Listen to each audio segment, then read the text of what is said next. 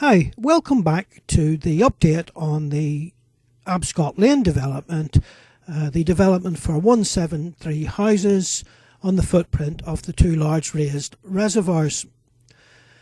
It was my intention to do part 2 of the video examining the watercourses downstream and upstream and looking at their condition, but I feel it necessary now just to give you an update on some of the things that were brought forward by way of objection. Although the objections technically ended on the 11th of October 24, the local planning authority is obliged to take any representation up unto the point of determination, something you may wish to bear in mind if you have not objected. Okay, so in going forward, I thought it appropriate that we give a little bit more background into our robust material planning objections, which we submitted on the planning file. In placing objections on the planning file, we identified 12 planning material objections. At least 4 of those were robust, mainly it will be difficult for the developer to mitigate. Those are mines, issues of ground stability, contamination and mine gas, the flood risk and drainage issues, including the proximity to a Class A high-risk large raised reservoir, and the issue relating to the coma zone or the control of major hazards.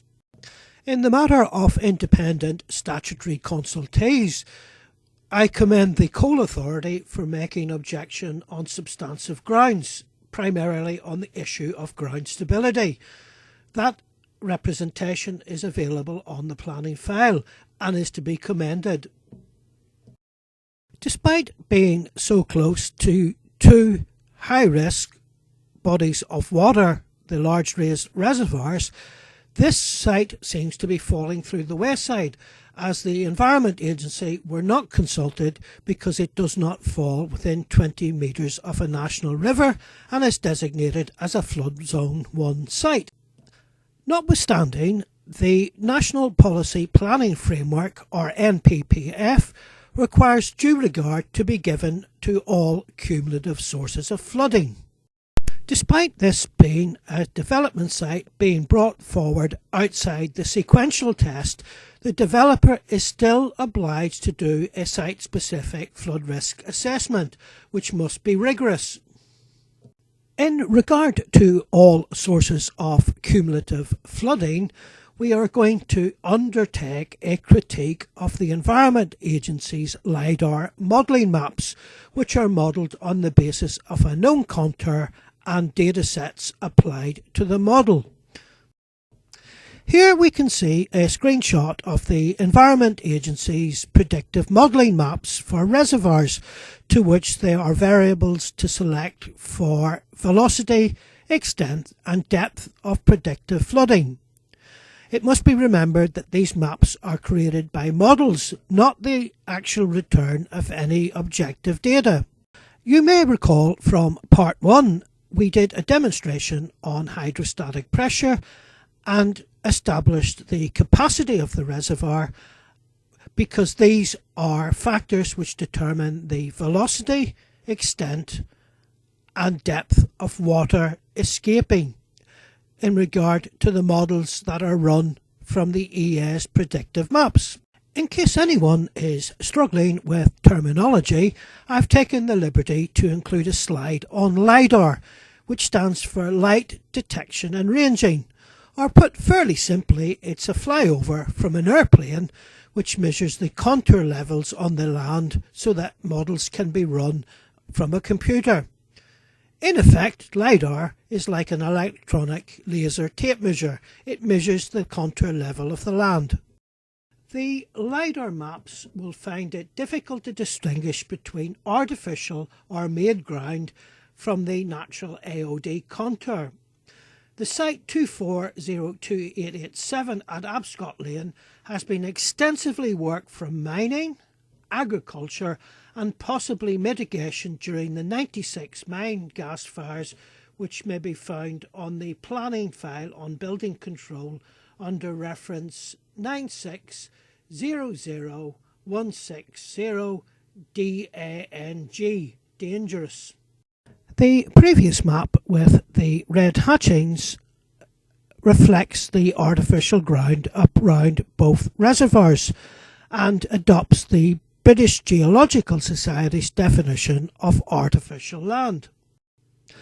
A critical component of reservoir mapping is establishing the base contour level.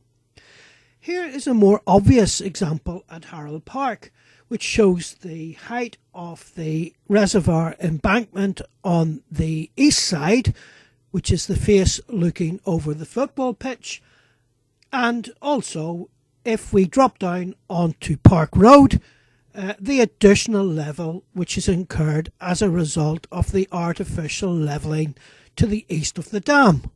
The following is confirmed fact from the Environmental Information Request provided via the Environment Agency, and is by and large that deduced from first principles in the Part 1 video. We're now going to look as a quick recap on the operation of Park Dam. Here we can see the anatomy of the dam, and here we can see the proposed mechanism of how the dam works. Before running a crude animation of the working of the dam, we identify a few features on the diagram. On the left we have an inflow culvert. To the centre of the dam we have the northern watercourse, moving water away from the dam to the eastern watercourse, which is found along Abscott Lane.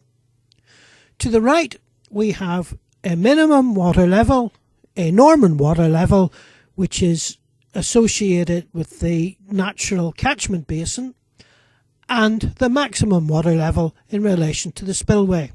So let's start the reservoir model by filling it from the inflow culvert on Langdale Road, where it will fill the reservoir to the low water level, which is often seen in periods of drought or hot summers.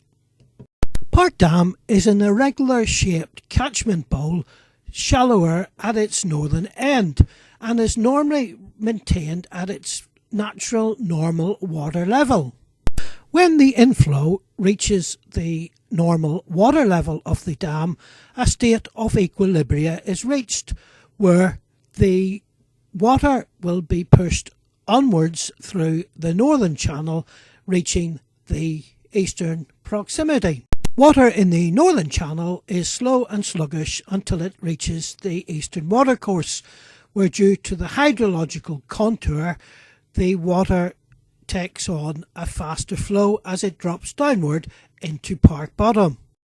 Finally, we look at the circumstance where the secondary or emergency spill might trigger, such as when the northern watercourse may become blocked, causing backflow to the reservoir. In normal circumstances, this would cause the reservoir to overspill, causing damage to the earth embankment. But because the emergency spillway has a maximum water level set below the crest of the dam, this will trigger and cause water to spill away from the reservoir. Okay, so let's take a recap on what we know about these reservoirs and what we've known all along. These, within the meaning of the Reservoir Act, are termed Class A high risk large raised reservoirs. The term high risk is not set by the community or myself, it's set by the Environment Agency, and as you can see, it is clearly indicating that if the Environment Agency thinks that in an event of an uncontrolled release of water from the reservoir, human life could be endangered. You may also be pleased to know that we have had a response from the Environment Agency to our outstanding request, and we thank them for providing that information in a timely fashion. However, the Council have not provided that information and have sought to delay or deny those objective facts which are important for the purposes of a planning application. As you can see from the tabulated returns, the information we provided in the initial video is by and large correct. We've always known that the initial assessment of capacity was a conservative estimate, and as you can see from the table, the volume of Park Dam is in and around the 91,000 cubic metres, and that of Harold Park Dam 66,760 metres cubed of water. Despite these figures, I would still like to satisfy the knowledge of how the reservoir was actually measured in terms of its depth, whether plumbed, bathoscopic or using bathoscopic LiDAR. And I would also like to satisfy myself where the natural AOD was given or taken to be, given the large amount of artificial land surrounding both reservoirs, as defined by the BGS or British Geological Society. I think it is pertinent to ask those questions in regard to the volumetric capacity and the height above the AOD, as they will largely influence the modelling response given through the Environment Agency's reservoir mapping in relation to its flood extent and flood velocity. I also express a concern in regard to the redaction of engineers in and around the time of the spillway modification at Park Dam, where the dam record or Blue Book requires to keep a contiguous record of all events, and that such information is prescribed and in the public interest. Notwithstanding, I can neither find any entries in the building control file in relation to that spillway modification.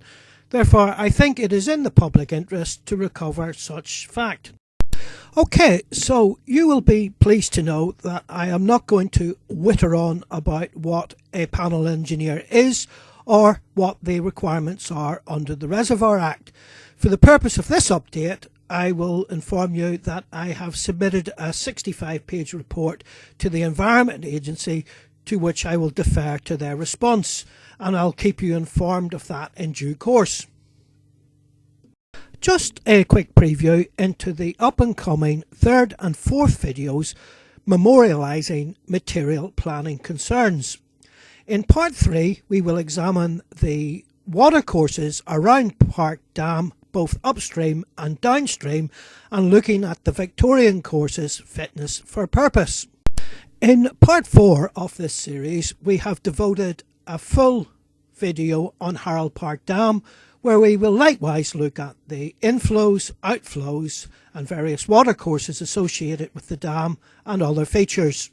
Here is a little sneak preview of some of the things that we found on the watercourse journey in part 3.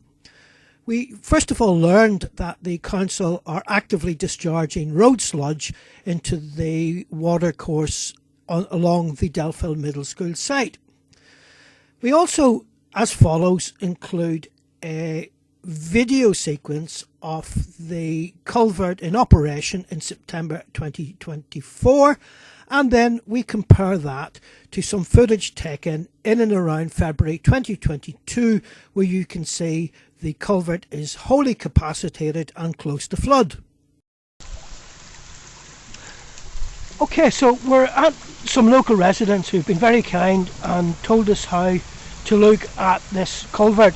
This is the culvert that comes out from the other side of the development fields, and as you can see, it's a fairly substantial culvert which is making its way under the road. I would say from top to bottom that's a good 1.5 metres in height and 1.5 metres in width. As we can see, it's a stone line culvert which makes its way onward, as you can see, in a clearly defined watercourse of stone, and at the moment at a relatively shallow depth but with a very good flow rate. So if we look onward, this channel which picks up in its concrete wall, which is quite substantial, and that wall does look as if it is an old stone wall from the era of the dam. We can see some evidence of sedimentation and infill as we go onwards, and we look back at the culvert. So on we go, and as we can see, as we move through the vegetation in the gardens, it goes onward through the development at Delville Close. So I'll come back up again. You can see this block stone. If you have a look at the original walling underneath it, this is certainly a pre-existing channel connected with a dam of some years ago. So as we come back and just follow the watercourse, back up to the main culvert. This is where the channel emerges from the other side, and the purpose of the video today is to follow this watercourse to where it enters at the Yorkshire Water Network on Huddersfield Road. In this clip of February 22, we look at a flash flood event that also very nearly flooded the properties at the opposite side of the culvert. Note the very large increase in volume coming through the culvert.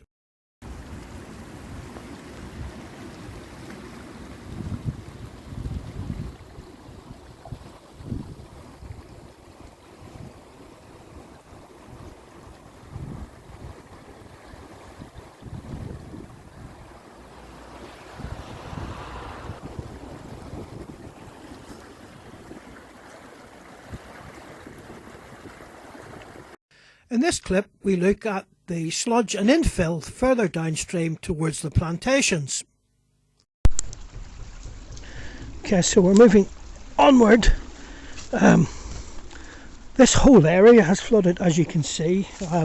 Lots of racked vegetation, signs of flash flooding. There's the racked vegetation. We've probably reached the extent where the council were working. We can see here, just looking at that water, that it's fairly heavily sedimented anyway. But what a fiasco. You know, the council clearly know what liability they have here.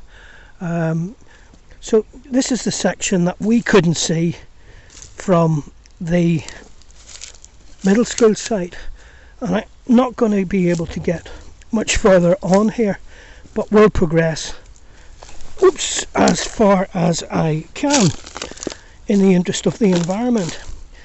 I can see they did a really good job cleaning it up here. Now then, let's move onward. I think we've just got to the extremity of where we can actually get, but we've still a few feet to go.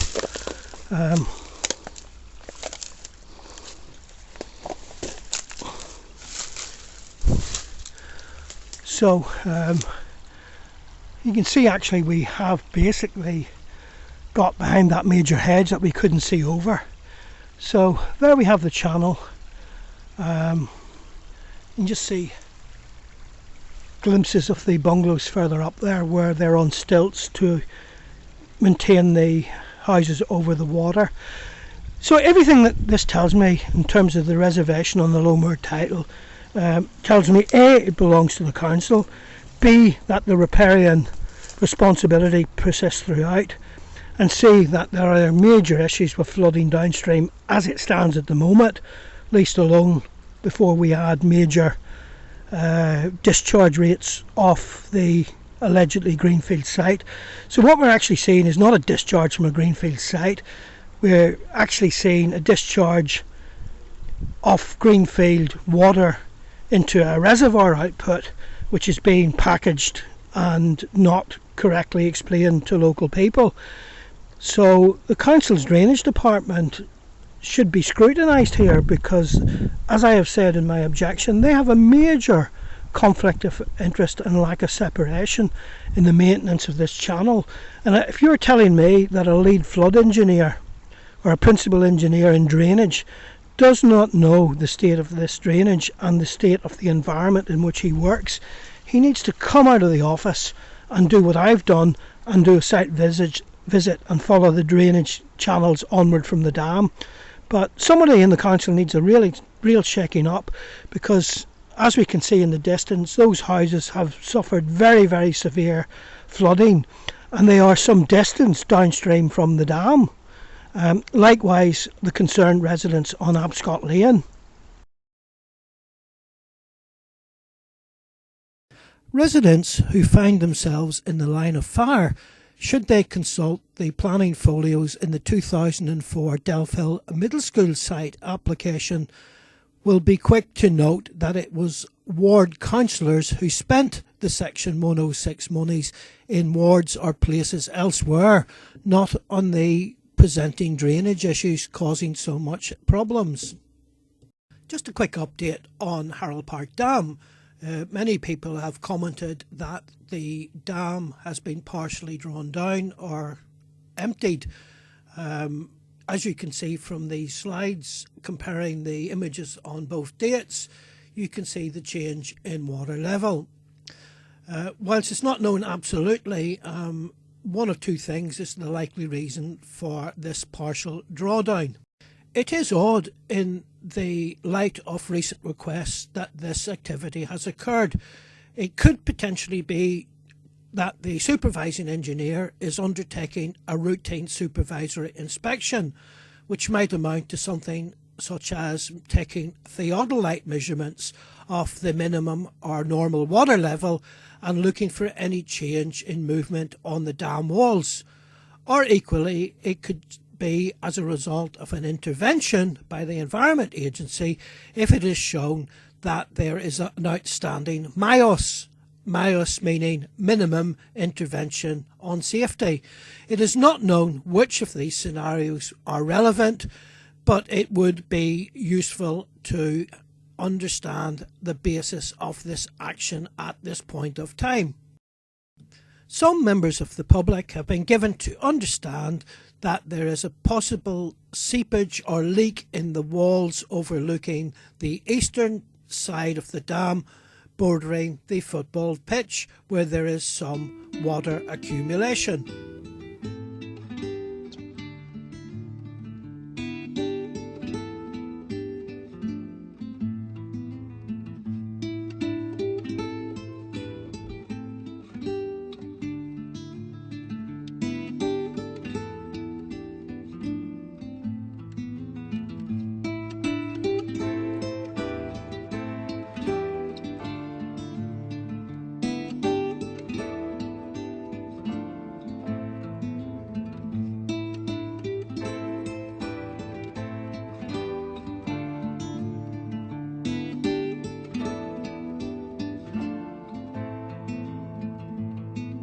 And I think of you now as a dream that I had long ago, in a kingdom lost to time. In the forest of evening the archer is bending a bow, and I see you bring him bread and wine.